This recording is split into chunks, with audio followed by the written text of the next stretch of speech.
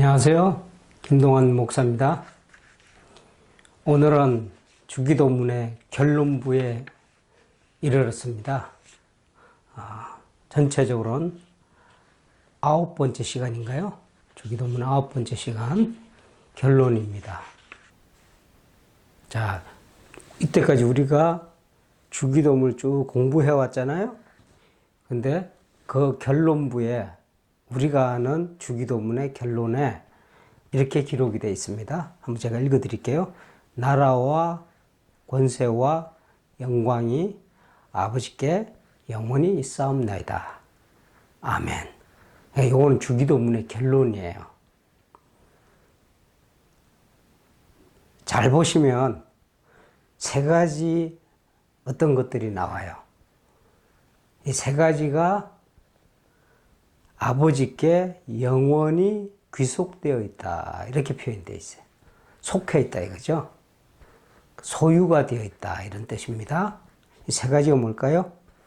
나라, 권세, 영광.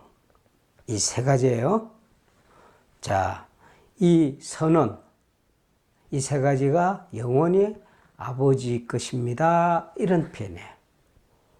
하나의 찬양입니다. 찬양으로 끝내는 종결인데 이게 무슨 의미가 있는가 조금 더 깊이 들여다보려고 합니다.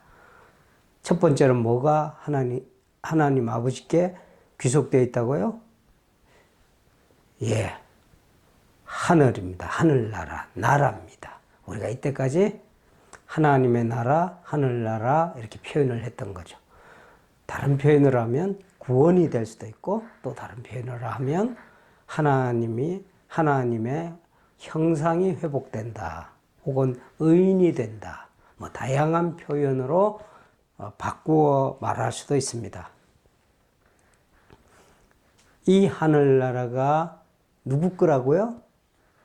하나님 거라고요. 하나님이 소유하신 거예요. 영원히 하나님 것입니다. 이게 우리에게는 큰 은혜가 돼요. 왜 그러냐면 이 하늘나라를 하나님이 소유하시는 이 하늘나라를 아낌없이 우리에게 주시잖아요. 어떻게 이 하늘나라를 소유하고 계신가 보실래요? 왜 하나님 것인가 보실래요? 아버지 하나님이 이 하늘나라를 준비하셔서 예비하시고 계획하시고 그리고 섭리하셔서 하늘나라를 이렇게 애초에 아버지 하나님이 이렇게 다 계획하신 거예요. 그리고 이 하늘나라가 계획만 하신 것이 아니고 실제로 실현될 수 있도록 완성을 시켜 놓으셨어. 완전하게. 아들 하나님, 예수 그리스도가 그 일을 이루신 거예요. 어떻게? 죽으심과 부활하심으로.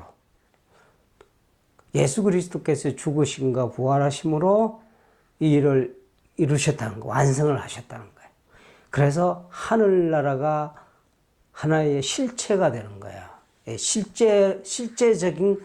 실제적인 어떤 것이 되는 거예요.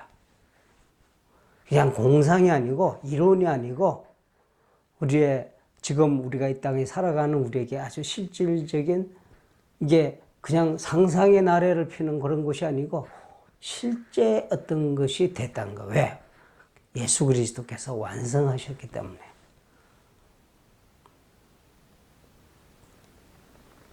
이게 그대로만 또 있으면 실체는 실체인데 우리와 관계없는 실체가 될 수가 있어. 예를 들어 볼까요? 여기 잔치가 벌어졌어. 음식이 차려졌어요. 요거까지 음식도 실체입니다.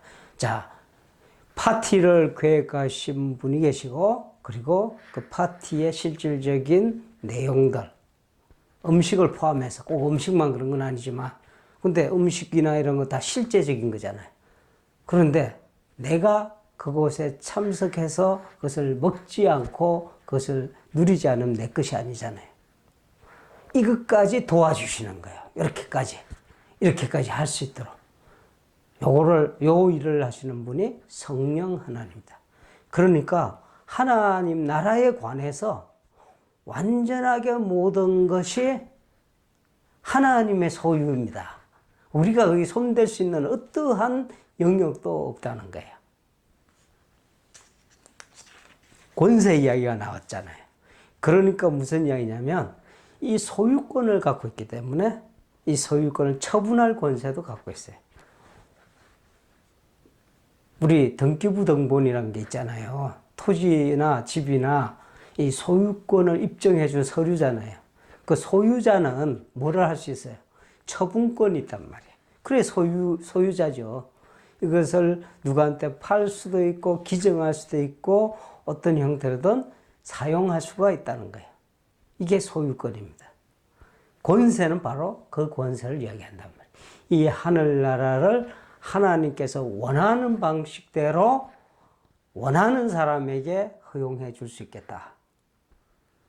이 모든 권세가 누구한테 있어요? 오직 아버지 하나님께 있다 이거예요. 영광 또한 하나님께 영원히 속해 있다 이렇게 되어 있어요. 여기서 말하는 영광이 도대체 뭘까요? 우리 벌써 배웠어요. 이름이 거룩히 여김을 받으시오며 이 기도할 때 하나님께서 영광 받으시는 것, 이름이 거룩히 여김을 받으시는 것은 놀랍게도 우리가 하나님의 소유, 영원한 소유인 그 하늘나라, 그리고 하나님께서 그것을 우리를 위해서 기꺼이 처분하신 그 하늘나라, 그 하늘나라를 우리가 받아들이고 누리고 기뻐하는 것이 하나님께는 가장 큰 영광이 된다 그랬어요. 영원히 그렇대요. 다른 영광하고 안 바꾼단 말이에요. 영원히 가장 기뻐하는 일로 받아들이셔요. 지금도 하나님은 모든 사람들, 모든 인간들이 이렇게 하늘나라 소유하고 누리고 기뻐하는 것을 가장 영화롭게 생각하시는 거예요. 그러니까 우리 할 일은 뭐죠? 하나님의 은혜의 보좌 앞에, 자, 101페이지에 잘 요약이 되어 있어요. 하나님의 은혜의 보좌 앞에 나아가 은혜를 구하는 것입니다. 다시 말해 기도하는 것입니다. 때를 따라 돕는 하나님의 은혜를 구하기 위해 기도하고 또 기도해야 합니다. 이게 우리의 할 일이에요. 이렇게 우리가 기도할 때 하나님께서는 우리가 측량할 수 없는 하늘의 은혜를 부으시고 하늘나라를 허락하시며 그 하늘나라의 감격 때문에 우리는 또 이렇게 찬양을 해요. 나라와 권세와 영광이 아버지께 영원히 싸움나이다. 이런 기도를 하게 돼 있어. 이런 찬양을 하게 돼 있단 말이에요. 주기도문의 놀라운 결론입니다. 자, 지금까지 우리가 주기도문을 쭉 공부해온 것 전체를 요약하는 의미에서 우리가 어떤 기도를 드려야 되는가? 어떻게 기도해야 됩니까? 원래의 제목이 그거였잖아요. 이렇게 기도하라. 주님께서 설명해 주셨잖아요. 그 전체를 요약하는 의미에서 이제 말씀을 전체적으로 정리해 보려고 합니다. 우리 교재 104페이지로 넘어갈까요? 주님께서 가르쳐 주신 기도를 통해 알게 된 중요한 사실이 있습니다. 이게 뭘까요? 첫째, 우리에게 꼭 필요한 한 가지가 있다. 우리가 구해야 될 한 가지. 그것은 하늘나라입니다. 둘째, 이 하늘은 오직 하나님께서 베푸시는 은혜로 우리에게 주어집니다. 셋째, 하나님의 이 은혜는 기도와 같은 은혜의 수단을 통해서 주어진다는 거예요.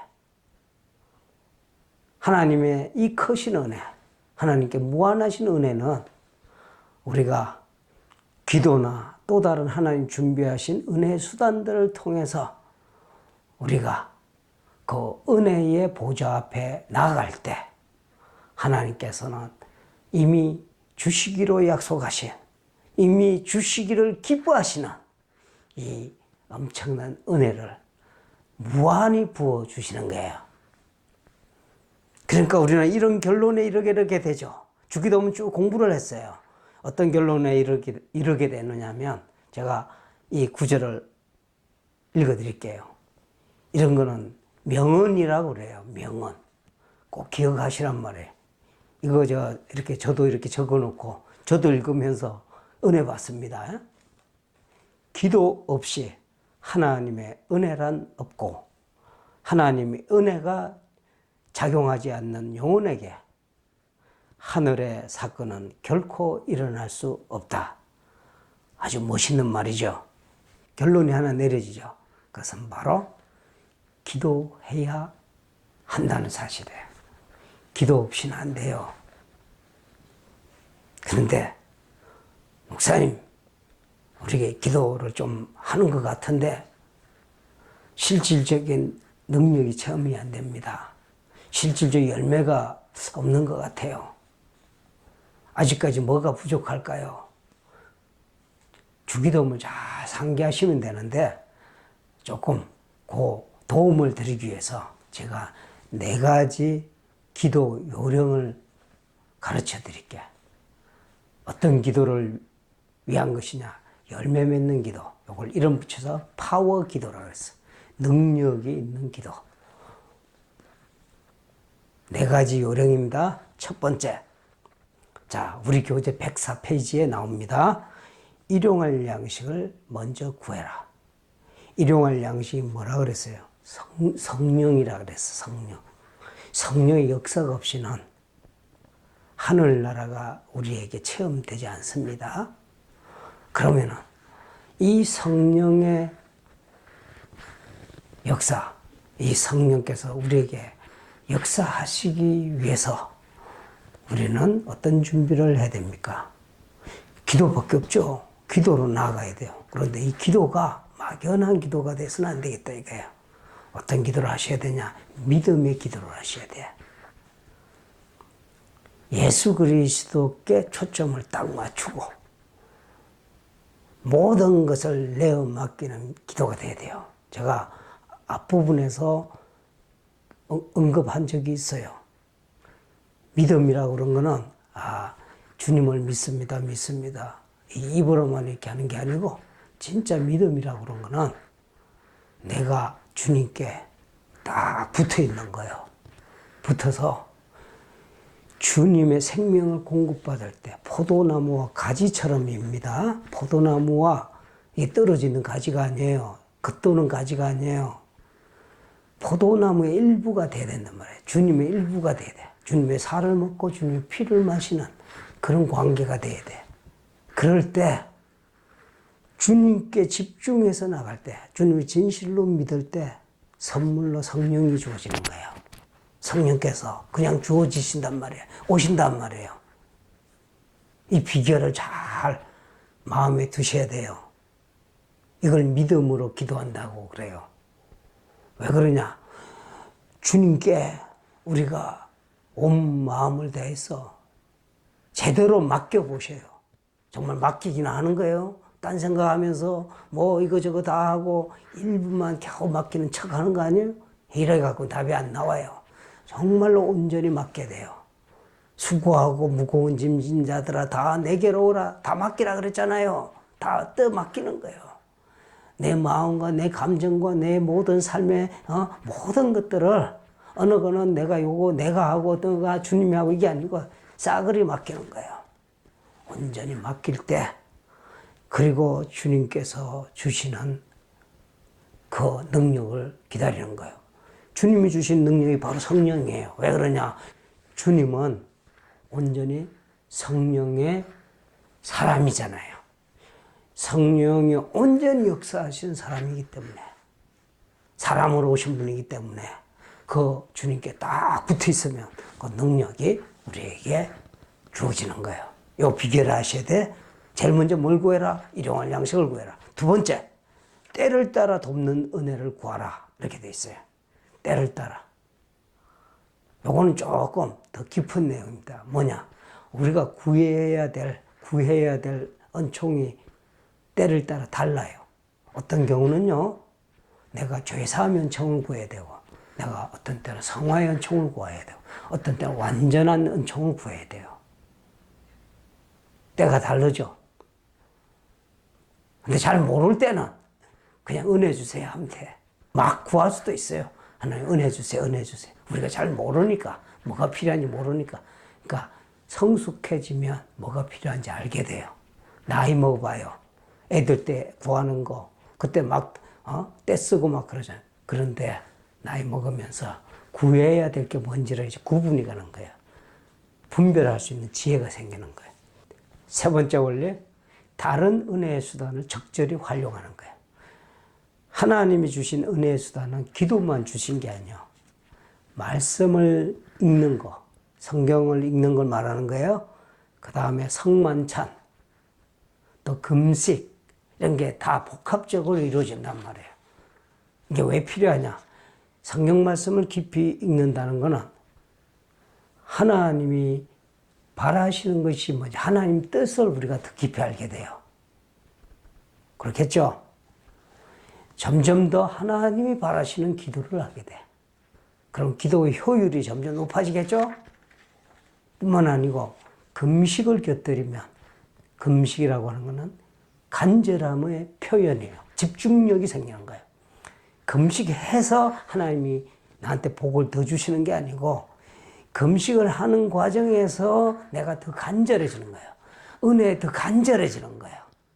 그러면은 하나님의 은혜가 우리에게 임하는 것이 더 효율적으로 오게 되겠죠. 잘 생각하셔야 돼요. 기도를 효과적으로 하는 방법을 말씀드리는 거예요. 또 하나 더 있죠. 성만찬이 있어요. 우리 성찬식이라고 하는 거죠. 우리 성찬식 그냥 형식으로 많이 드리거든요. 사실은 그런 의미가 아니에요. 성찬식 자체가 하나님 은혜의 수단이에요. 우리 요한 웨슬리 어머니 있잖아요. 어머니 수잔나 웨슬리가 하나님의 큰 구원의 은총을 체험을 했거든요. 무엇을 통해서 했냐면은 바로 성만찬의 자리에서 그런 체험을 하게 됩니다. 성만찬은 왜 중요한 은총의 수단이냐, 은혜의 수단이냐, 은혜의 통로가 되느냐. 성만찬의 현장에서 주님과 직접적인, 주님이 살을 먹고 피를 먹는다고 그러잖아요. 이게 기념이잖아요. 그러니까 기념으로 끝나는 게 아니고 이게 믿음이 더해지면 기념이 실제가 돼요. 아까 뭐라 그랬어요? 주님께 접붙이되 포도나무와 가지의 관계처럼 일체가 되라고 했잖아요. 근데 그 일체가 되는 아주 중요한 은총의 수단이에요, 이게. 마지막으로 한 가지 더 원래. 기도하시되 사랑하면서 기도하셔야 돼. 골방에 들어가 기도만 하라는 이야기 아니에요. 우리가 하나님의 은혜를 받고 하늘나라를 체험하고 하늘나라를 누리고 하는 모든 일에 열매는 이웃사랑입니다. 이웃사랑으로 나아가지 않는 그런 신앙이라고 그런 거는 이거는 절름발이가 된단 말이에요. 이기적 신앙으로 전락하게 돼요. 여기가 좋사오니 나만이 옳으니 이런 이상한 신앙으로 머물게 된단 말이에요. 신비주의에 머물든지 또 이렇게 고립된 어떤 이단사상을 빠지든지 이렇게 될 위험성이 대단히 많아진단 말이에요. 우리가 신앙생활하는 궁극적인 목적이 뭐냐? 신앙생활 꽃이 뭐냐? 그것은 바로 이웃을 사랑하는 거예요. 사랑하는 마음으로 기도하셔야 돼. 왜? 하나님 사랑이잖아요. 하나님께 가장 가까이 갈 수 있는 방법은 사랑하는 마음이에요. 사랑이 여러분의 기도를, 파워를 업그레이드 시킨단 말이에요. 이웃 사랑의 가장 중요한 방법은 이 중보기도거든요. 그 사람으로 하여금 하늘나라를 발견하게 하시고 하늘나라를 누리게 하세요. 해주소서. 이게 그 사람을 위한 기도잖아요. 해야 될 기도잖아요. 그런데 이 사랑의 실천을 이미 했어. 이 사랑으로 기도하고 있으니 사랑이신 하나님께서 움직이신단 말이에요. 누구한테 은혜를 부어주시겠어요? 그 기도하는 대상에게 기도를 중보 기도해주는 대상에게도 부어지지만 기도하는 사람에게 더블로 부어주셔. 이 비결을 잘 아셔야 돼. 네 가지 중요한 우리의 기도를 더욱 효과적으로 할 수 있는 길. 어떻게 보면은 기도를 파워업 시키는 방법. 여기에 대해서 말씀드렸어요. 이 전체의 결론, 주기도문의 전체 결론 딱 한 가지. 기도하십시오. 기도를 통해 하늘에 예비된 엄청난 은혜를 누리십시오. 쉬지 말고 항상 기도하시는 여러분 되셔서 언제 어디서나 하늘나라를 누리고 살아가시는 성도 여러분 모두가 되시기를 주님의 이름으로 축원드립니다. 그동안 함께해 주셔서 감사드립니다.